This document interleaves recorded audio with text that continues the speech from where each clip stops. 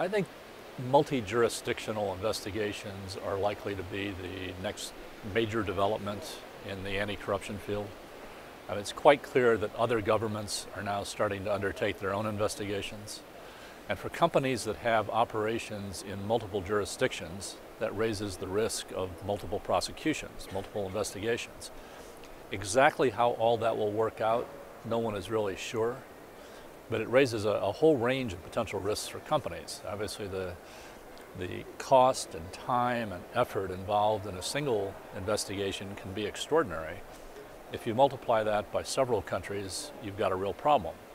You've got liability problems. You have questions about how one investigation relates to another. If you've produced documents in one, are you obligated to produce them in another country's investigation? If you're not producing them, is the Justice Department providing them and not telling you about them? It's a very, very complicated area, and I don't think we really understand it now. I don't think companies have really digested the multi-jurisdictional risk. Most large companies now are aware of the U.S. risk.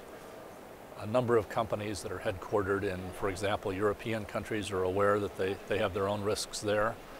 But the potential for having investigations in 4 or 5 or 12 different countries really hasn't hit anybody other than Siemens or Daimler or a few other companies that have faced it so far.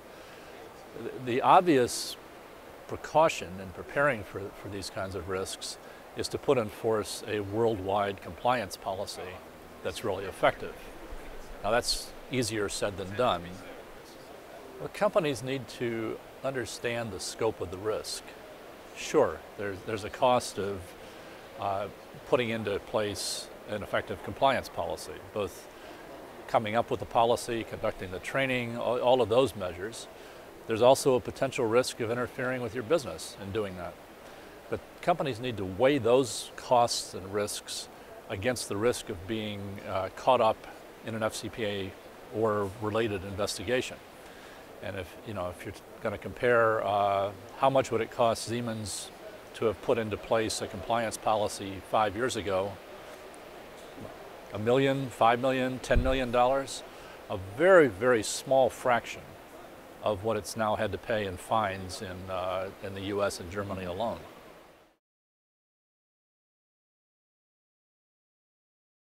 There's one very interesting area that people are not looking at very closely yet. In a couple of recent prosecutions, justice has begun to bring charges based on foreign commercial bribery, based on the so-called Travel Act. I personally think that's unjustified, but if they're successful in expanding their jurisdiction in this fashion, then they're going to be prosecuting not only bribes to foreign officials abroad, but bribes of any kind by U.S. companies abroad. And that simply magnifies the risk considerably.